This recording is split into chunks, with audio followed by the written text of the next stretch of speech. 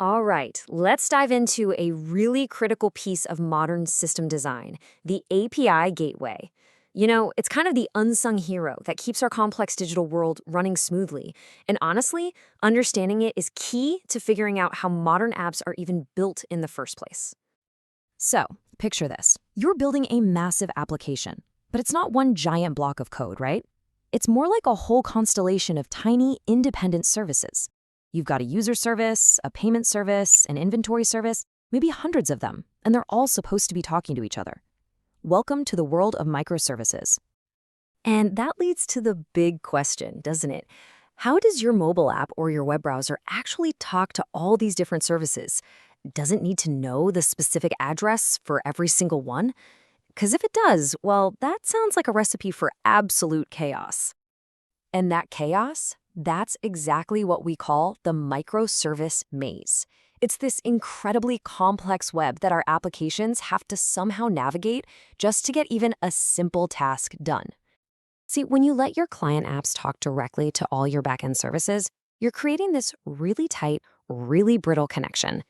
Any tiny change you make in the backend could completely break the client. And on top of that, you've just flung open dozens of potential doors for security threats. It's messy and it's super risky. So how in the world do we solve this maze? Well, we introduce a single, really elegant solution.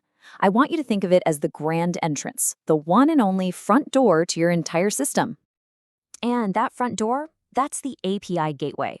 So technically speaking, it's a server that acts as a central facade. It's the only thing the outside world ever gets to see. All the incoming requests from your users hit the gateway first, and it's the gateway's job to figure out exactly where they need to go from there. This is the perfect way to think about it. Instead of giving out keys to every single room in your house, you have one front door with a very, very smart doorman who directs all the traffic. It just simplifies everything for the client. But here's the thing. This doorman does way more than just open the door. An API gateway has some serious superpowers that make it pretty much indispensable in modern architecture.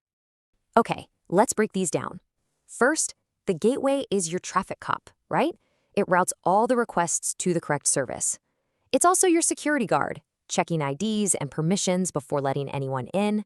It's your bouncer, making sure no single client can just overwhelm the system with too many requests. It can even act like a concierge, fetching data from multiple services and bundling it all into one neat package for you. And finally, it's like a watchtower, logging and monitoring every single call that comes through. This chart gives us a great visual breakdown. Look at that. A huge chunk of a gateway's job, a combined 75%, is all about security and managing traffic. So it's not just a simple pass-through, it's an active manager and protector for your entire backend. Now, not all gateways are created equal. Just like with any other piece of architecture, there are different patterns, different styles for implementing one, and each one has its own set of strengths and weaknesses. So let's look at the two most common patterns here. On one hand, you've got the centralized edge gateway. This is like one giant front door for absolutely everyone. It's simple, it's unified, but it can become a bottleneck, or even worse, a new monolith. That's a single, massive service that gets really hard to change over time. Then, on the other hand, we have the backend for front-end or BFF pattern. With this, you actually create a separate custom gateway for each type of client. One for your mobile app, one for your web app. You get the idea. And a fantastic real-world example of this is Netflix. I mean, think about it. The data and the interactions you need on a giant 4K TV, which probably has a super fast, stable connection, are totally different from what you need on a phone that's using a spotty mobile network. So Netflix uses the BFF pattern to create these optimized API experiences for every single device. It's all about ensuring peak performance everywhere. Just a brilliant use case. But of course, an API gateway isn't some magic bullet that solves all your problems. There are some really important trade-offs you have to consider before deciding it's the right tool for your system. So what's the price? Well, first, every single request now has to make an extra stop, and that adds a little bit of latency. Second, if you're not careful, the gateway itself can become that complex beast we talked about, a new monolith you have to wrestle with. And finally, it's another critical piece of infrastructure that you have to deploy, monitor, and scale. It's more work. But the single biggest risk? The number one thing to worry about, the gateway can become a single point of failure. If your gateway goes down, your entire application goes down with it. That is a massive risk, and it has to be managed with high availability and really careful operations. So, all this brings us to the final, crucial question. When should you actually use an API gateway? It really is the architect's choice, and it's a decision that requires some careful thought. Okay, here's a pretty simple framework to help you decide.